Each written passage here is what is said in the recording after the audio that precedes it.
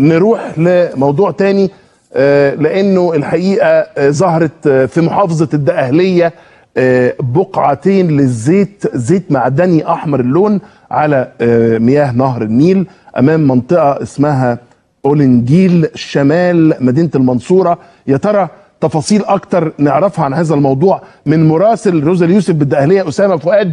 يا اسامه، يا ترى ايه الكلام اللي بيتقال عن بقعه الزيت دي؟ مش فاهمينها، اشرحها لنا لو سمحت. مساء الخير اسامه. مساء الخير يا اسامه.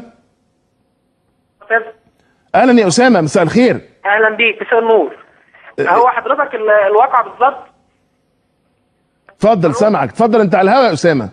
الواقع بالظبط اللي هو مساء امس الاهالي فوق بوجود بقعتين للزيت الاحمر الغامق في منطقه اولنجيل شمال مدينه المنصوره، وبالفعل توجهت الاجهزه المعنيه من شرطه المسطحات المائيه وجهاز شؤون البيئه واداره شؤون البيئه بالمحافظه وشركه الميه. البقعتين دول كانوا حوالي 45 متر تقريبا. كان اللون الاحمر غامق. تم وضع كميات كبيره من قش الرز لمحاصره البقعتين، بجانب اللي هم دفعوا بطلمبات لسحب هذه المياه لعدم امتدادها في شريان نهر النيل. لم تتاثر من مياه الشرب على مستوى مدينه المنصوره اطلاقا بهذه البقعه. الى الان لم يتم تحديد مصدر هذه في مشكله في الاتصال يا اسامه. اللي فهمته منك انه بالفعل تم محاصره البقعتين دول، دي من ناحيه، ومن ناحيه تانية انه ميه الشرب في المحافظه لم تتاثر بالبقعتين. طيب طالما اتكلمت عن ميه الشرب، معايا على الهاتف دلوقتي رئيس الشركه القابضه لمياه الشرب المهندس احمد عابدين. باشمهندس احمد، مساء الخير يا فندم. اهلا يا استاذ معتز. هل في شيء قلقكم في موضوع البقعتين؟ هل عرفتوا مصدرهم علشان يعني ربما المساله دي تحصل تتكرر؟ فهمنا الموضوع لو سمحت.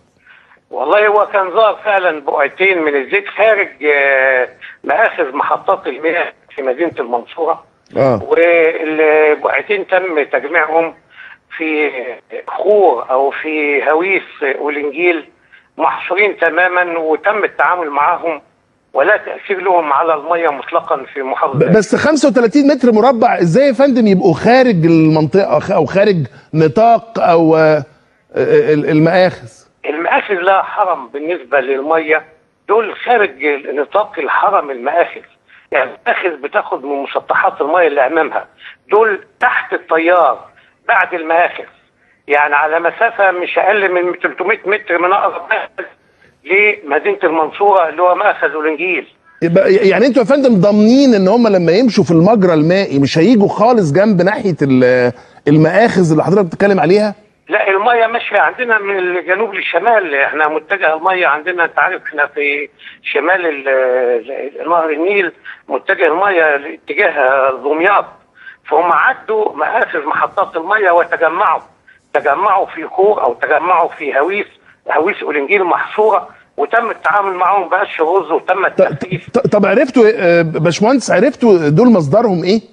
لا والله، هو في تحقيق في هذا الموضوع، احنا مش عارفين المصدر. يعني كميه لا تزيد عن 100 لتر زيت تقريبا يعني. انما طبعا المصدر لسه لما 100 لتر زيت. 100 لتر يعني نص برميل تقريبا. نص برميل. طيب على كل حال هنتابع الملف مع حضرتك. شكرا للمهندس احمد عابدين رئيس شركه الدقهليه لمياه الشرب. انا قلت شركه القابضه، معلش بعتذر عن هذا الخطا. وبشكر كمان زميلنا اسامه فؤاد مراسل روزا اليوسف بالدقهليه. هنتابع هذا